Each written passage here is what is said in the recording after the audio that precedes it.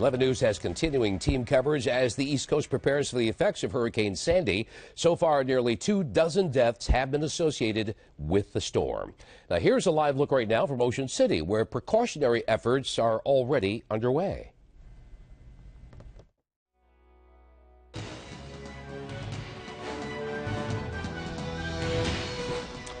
Well, again, the concern is that Sandy could combine with a winter cold front and bring about some powerful winds, pelting rains, flooding, and a plunge in temperatures. Yeah, it all has area schools around the state making plans for the storm, and parents, of course, curious about whether classes are going to be canceled on Monday and possibly Tuesday. 11 News education reporter Tim Tootin is live in the 11 newsroom. And so, Tim, what can you tell us?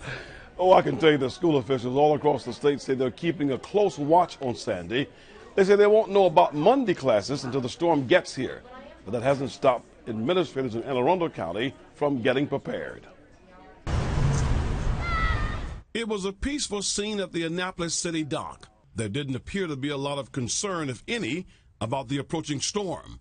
But that was not the mood at school system headquarters. Already, at least one school building has been set aside for residents who may find themselves in harm's way. I understand from the county that Annapolis High School is going to be opened as an emergency shelter if needed beginning Sunday, so we work very closely with them as well as with the other county agencies to make sure that those preparations are in place if they're needed. Even though students won't be around over the weekend, the district expects power outages could affect thousands of pounds of food. At the close of business today, for example, we're going to take all of our food supplies, all of our milk, the water, the juice, and move it into our freezers so that it can be deep frozen for the weekend. The concern does not end there.